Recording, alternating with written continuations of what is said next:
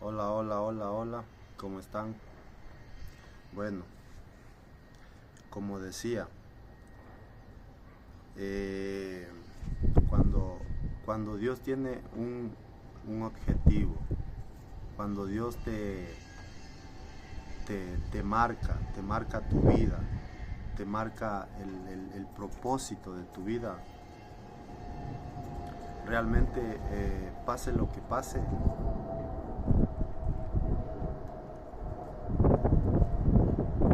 si Él te da la sabiduría necesaria para poder soportar eso, vas a poder, vas a poder triunfar en lo que tú te propones. Volviendo al punto del cual yo me salvé de haber caído de ese camión,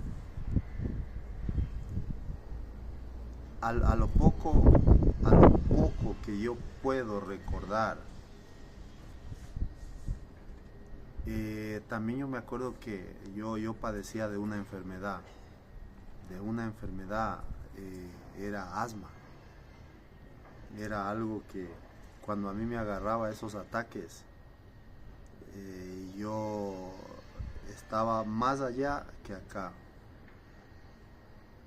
Y en mi mente tan pequeña, lo único que yo sentía y decía, wow, está fuerte el viento. Yo decía, ¿por qué tiene que pasarme esto a mí si solo quiero jugar? A mí me daban unos ataques de asmas fuertísimos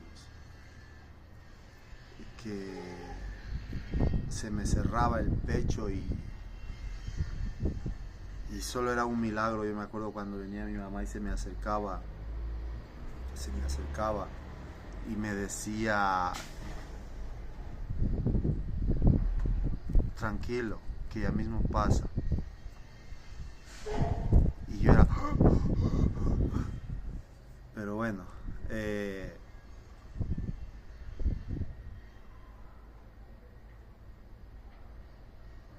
fíjese que luego de todo eso, eh, mi papá y mi mamá siempre discutían, nunca se llevaron bien, en lo que yo recuerdo. Recuerdo que estábamos de ahí de Santo Domingo, él compró una casa de caña en Patricia Pilar. Y ahí fue cuando,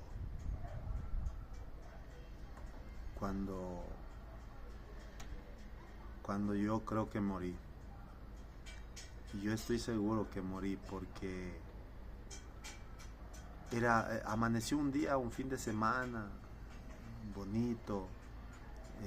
Mi mamá salió a comprar, no sé si fue para la comida, pero lo que ella vino fue esa asustadísima que en la vía habían atropellado a una persona, la habían descuartizado. Imagínense para aquella época, estoy hablando desde hace unos 43 años más o menos, yo era un bebé. Y, y pasamos bien, cuando en la tarde me agarró eso. Me dan cosas acordarme, me agarró ese ahogo, me acuerdo en la tarde.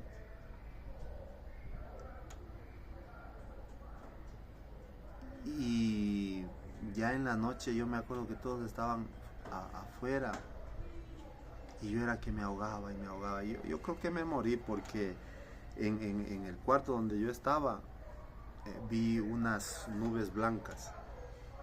Vi unas nubes blancas con cara y que giraban alrededor de ese cuarto oscuro. Y yo ahí ya no tenía asma.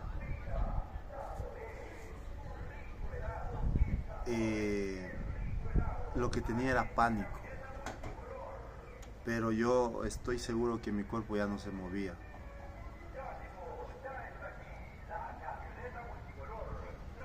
Y lo único que recuerdo fue que yo estaba tirado yo creo que ahí no teníamos camas, yo estaba tirado en el piso en un colchón. O sea, es tan impresionante esto para mí, porque hoy en día, a pesar de todo lo que me ha pasado, yo sigo luchando por mis ideales, por lo que yo busco. Fíjate que yo en ese momento yo ya me consideré, o sea, que morí porque yo veía fantasmas blancos que rondeaban en el cuarto y era oscuro, se oscureció todo se oscureció. Y lo único que yo sentía era pánico. No sé qué tiempo pasé así o qué pasó, que de un momento a otro me despierto y yo estaba recuperado y nunca más me volvió a dar eso. A lo que mi papá me cuenta, dice que me han dado caldo de raposa, que eso era como para no, o sea, para decirme que estoy bien.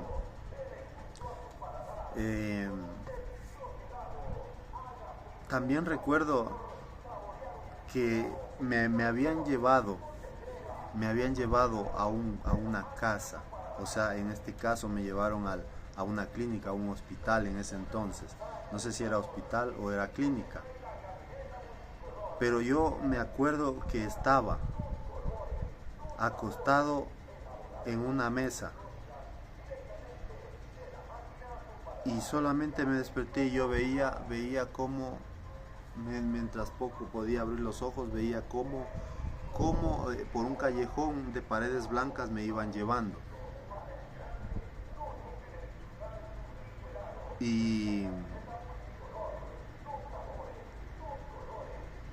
Y ahí fue donde yo me desperté y ya estaba sano. Ahora que soy un hombre y mi padre, que en paz descanse, me dijo que es la primera vez en su vida que habían visto que a una persona le inyectan con una inyección grandota en la cabeza, por la parte de atrás, en toda la cabeza. Dicen que me metieron una inyección. Y sobre esa inyección, más adelante voy a decir más cosas de las que yo he ido descubriendo. Y que me inyectaron una inyección que la primera vez en toda su vida había visto que a una cristiana, o sea, a una persona le llegan a poner una inyección en la cabeza, y me había inyectado un líquido y que eso me curó. Pero eso yo vine a saberlo ya ahora, en la actualidad, antes de que muera mi papá.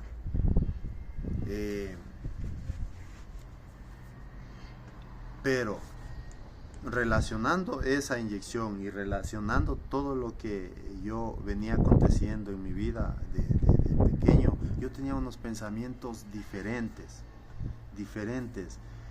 Yo siempre pensaba en hacer cosas diferentes, o sea, cosas que para la mente de un niño eran imposibles en aquel entonces. Era súper inteligente, eso me acuerdo. Luego ya mi papá, mi mamá se separaron y nuestra vida continuó. Son los rasgos que yo vengo recordando. Yo tengo una hermana que es solo hermana de madre, y ella es bueno, aquí en nuestra cultura es blanca. Dicen que fue hija de un manaba, pero que ella fue parte de una infidelidad de mi mamá cuando mi papá estaba a punto de casarse. Yo soy el mayor de 4 hermanos de padre y madre. recuerdo que ya en ese entonces son flashes, son partes que me llegan a mi mente de lo que yo recuerdo.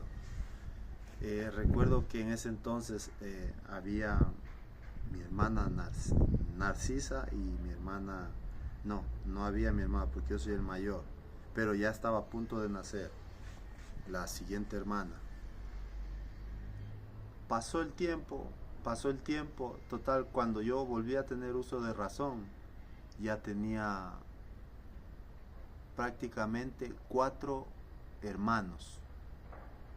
Entre mi hermana solo de madre y tenía 3 hermanos más. Mi mamá y mi papá se separan, pero no es que se separaron firmando el divorcio y esas cosas, no. Mi mamá hacía tantas cosas negativas que mi papá se cansó y nos trajo de Patricia Pilar a Salinas, a un pueblo de gente negra. Hablemos de, por decir, el Valle del Chota. Ahí está el Chota, está el Juncal, está Salinas, está Mira, está algunos pueblitos de por ahí. Entonces se separan y nos traen a nosotros. Mi papá coge a sus hijos, solo a sus hijos. Yo, que soy el mayor, una hermana, un hermano y mi última hermana que estaba gateando, imagínate. Y nos traen donde mi abuela. Pues resulta que yo, dentro de mis hermanos, siempre fui el más oscuro, el más negro. Imagínate que hasta en mi propia raza había esa discriminación. Siempre le preguntaban a mi papá por qué yo soy más negro que todos, porque todos mis hermanos son negros, pero amarillitos. Entonces, en aquel entonces, y yo desde ahí ya me iban marcando, porque había una tía, hermana de mi papá, asimismo solo de madre, que decidió quedarse con mis 3 hermanos y a mí me tocó quedarme con mi abuela.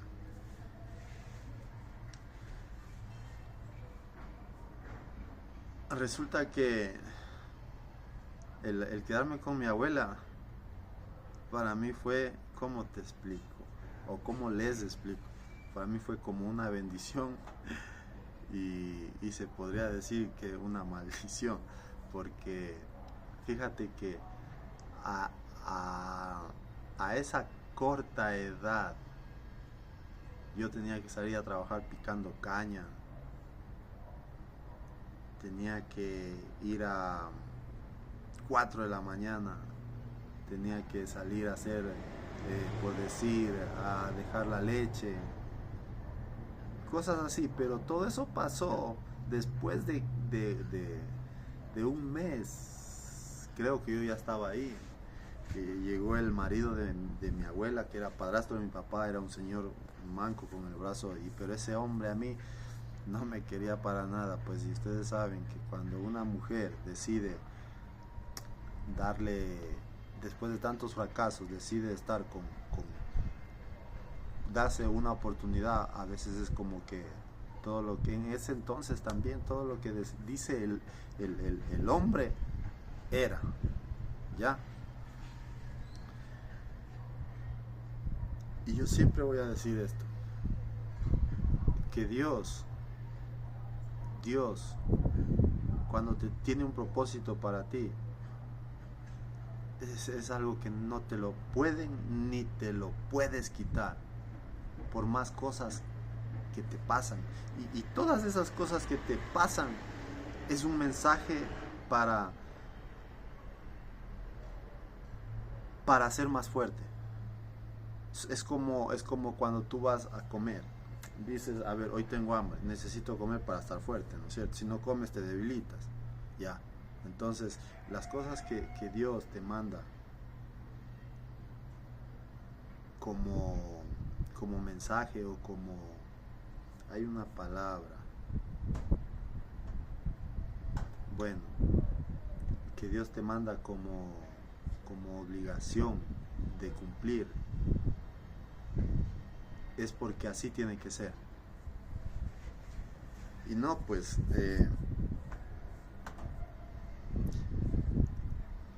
ya un poco más grandecito, con mi abuela, yo siempre fui inquieto,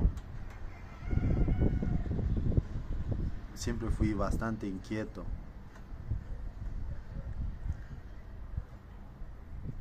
Y por ser muy inquieto, inquietud se define inteligencia. Cuando tú eres bien inquieto, significa que esa inquietud provoca ser inteligente, ser una persona, un niño lleno de muchas habilidades. Pues así era yo. Esa ha sido mi infancia. Detrás de ella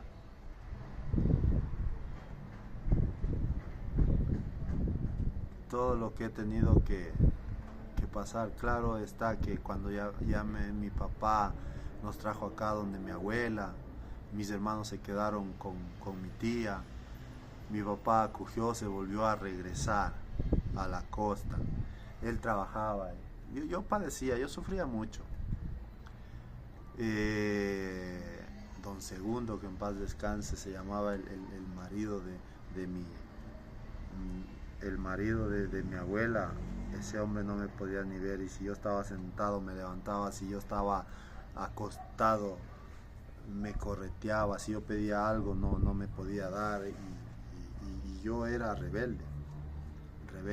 Y verás que hay puntos que uno debe entender, que rebeldía no significa ser malcriado. Rebeldía significa que tú exiges tus derechos. Exiges tus derechos porque tú estás en la razón, ¿me entiendes? Es como que si alguien a ti te dice, pásame eso, y yo soy un niño.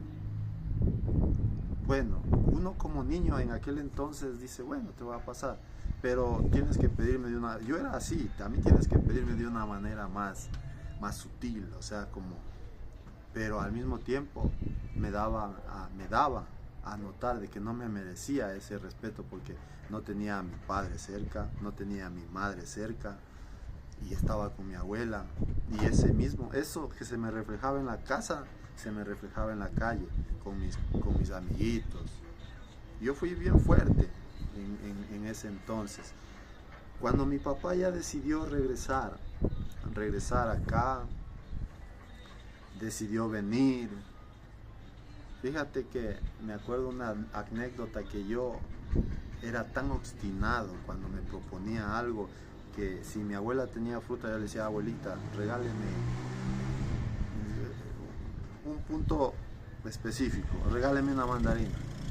Y si estaba Don Segundo, para mi abuela es tan difícil decir toma.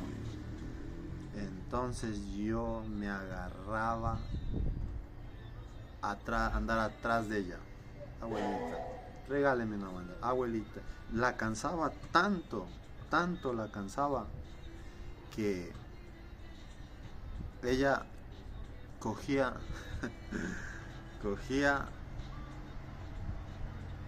la mandarina,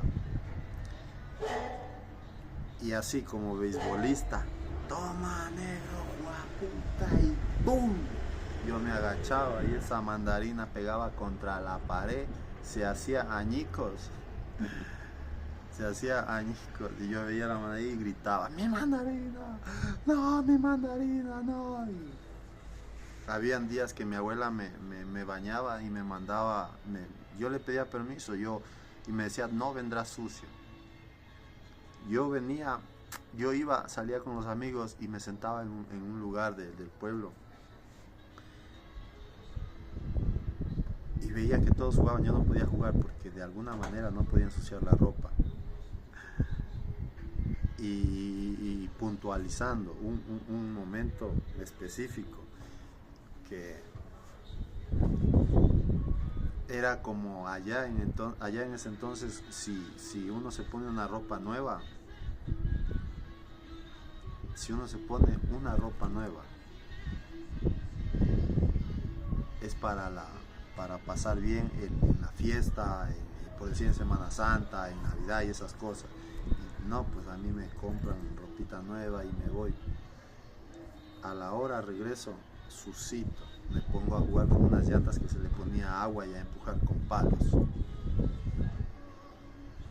Mi abuela me vio, no me dijo nada. Y lo primero que me dejó llegar: te ensuciaste, te dije que no te ensucies, ¿ya? Cogerme a mí era imposible. Entonces ella tenía que buscar una manera. Y en una de esas que me dio confianza me descuidé. Me agarra del brazo y: negro, puta, te dije que no te... Y me cascó.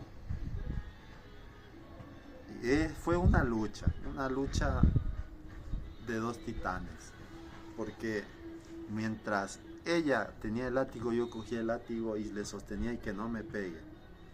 Y ella, de ver que yo tenía más fuerza que ella, me bota al piso, me da un contrasuelo y me pisa la cabeza. Y cuando veía que iba a coger el látigo de nuevo, yo la sostenía.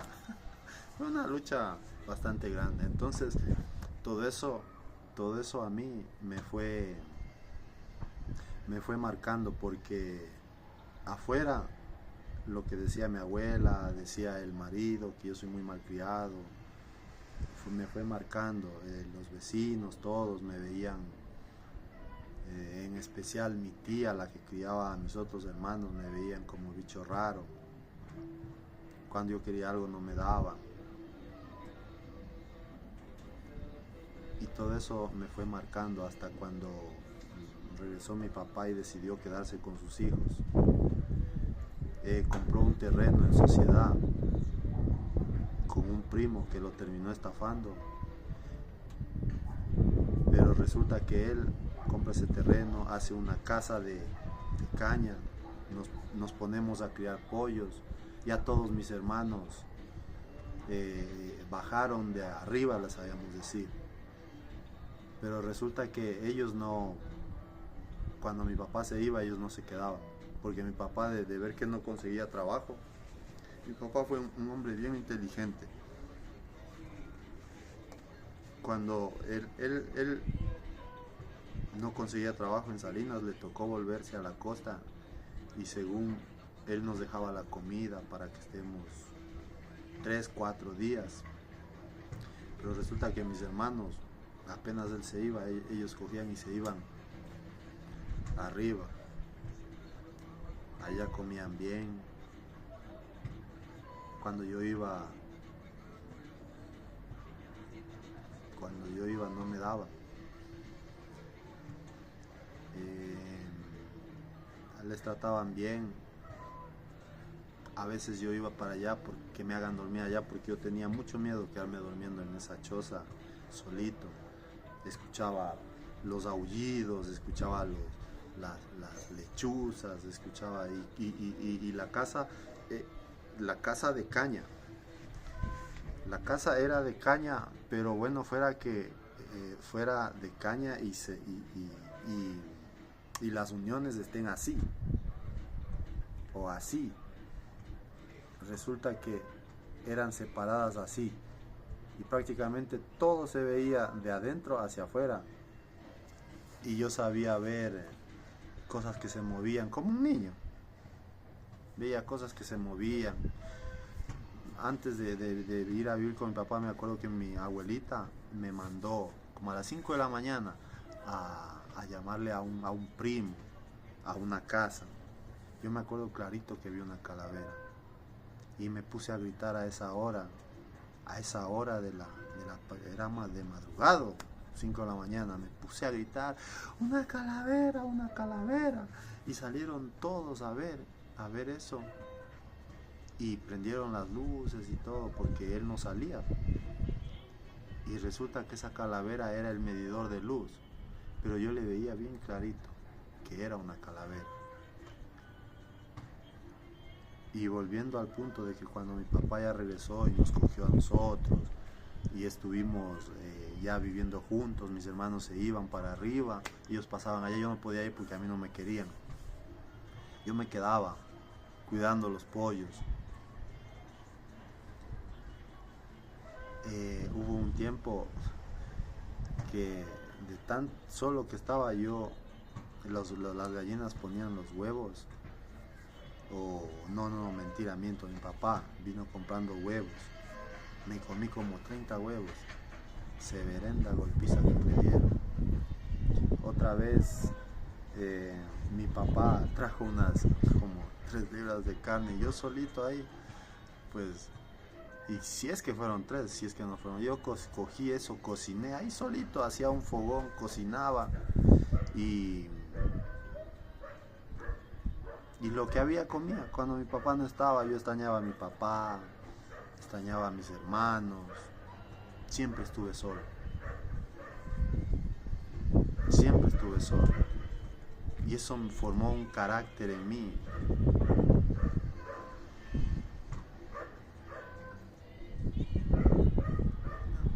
Un carácter fuerte. Claro que, ¿saben? Yo estaba escribiendo mi historia, pero cada vez que me sentaba a escribirla, me daba tanta angustia, o desesperación o tristeza que dejaba ahí eso. Y por eso he decidido mejor hablar en la cámara, porque bueno, si en algún momento la cámara no me dice nada, simplemente me escucha.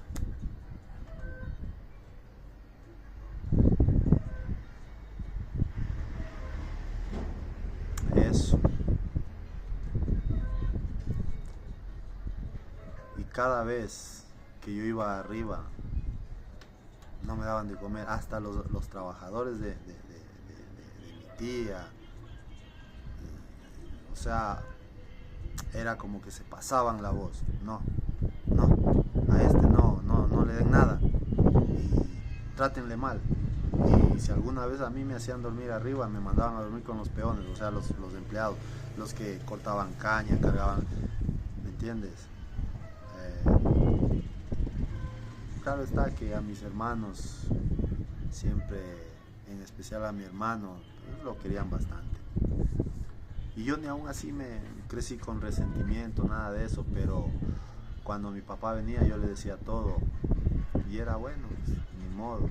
Habían momentos que mi hermano se ponía pantalones, como yo tenía que cocinar, yo tenía que coser, tenía que lavar la ropa, entonces y lo mismo que me hacía mi abuela, yo le hacía a él, o sea, yo le pegaba, porque, o sea, le decía, cogía la correa y le daba, porque él se rompía los pantalones y yo tenía que coser. Y por eso, porque yo era el hermano y era el padre y era la madre mientras mi papá no estaba. Y por eso me llegaron a odiar más todavía. Me acuerdo una vez que me topo con mi hermano. Yo venía de donde mi abuela me había mandado a pedir algo a mi tía y a mi hermano lo habían mandado a dejar un almuerzo. Y en ese almuerzo, sí, yo iba llevando miel y él iba llevando el almuerzo y el jugo. Y yo le topo y le digo, ¿qué más? ¿Cómo estás? Y resulta que en ese momento, no sé qué pasó, pero mi querido hermano, ¿qué haría? Se fue jugando. Cuando en la tarde veo que todos me quedan viendo raro.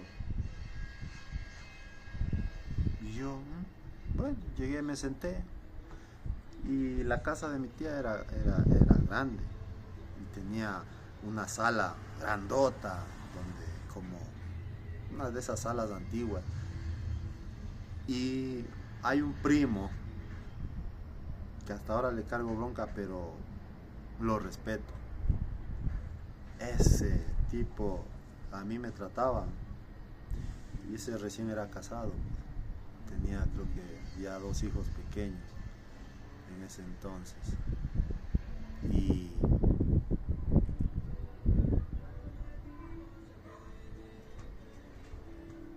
me llaman adentro. Y yo, bueno, fui normal, como alguien normal, o sea, sin deberle nada a nadie. Cuando me agarraron adentro, en medio de como de 20 personas que estaban sentados ahí alrededor, me dice, ¿por qué le quitaste el almuerzo que llevaba Hugo y le botaste al piso y le hiciste regar el jugo? Y yo, ¿qué? ¿De qué? Y ahí le digo, ¿dónde está Hugo? Pero dígale a él, yo no he hecho nada, solamente saludamos y él se fue y yo me fui. No, vos le has quitado y le has dicho que para qué vas a llevar eso, y que él no ha querido y botar, y le hiciste caer. Y yo, no, yo iba llevando la leche o la miel, no sé, no me acuerdo bien, pero total es que me dio una golpiza ese primo mío, peor que mi papá. Y delante de tanta gente, oye, yo me quedé con un resentimiento. Y yo a mi hermano siempre quise preguntarle por qué me hizo pegar si yo no le hice nada de eso.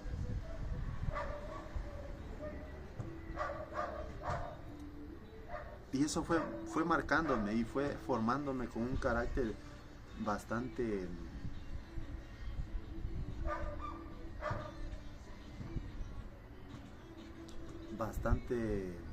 a la defensiva.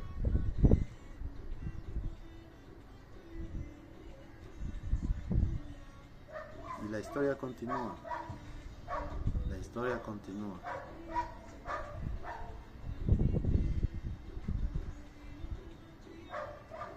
Y quedamos aquí para la próxima historia. Bendiciones. Siempre hagan el bien y no miren a quién. Y no se olviden que Dios tiene un propósito para cada ser humano. Hay que saberlo entender.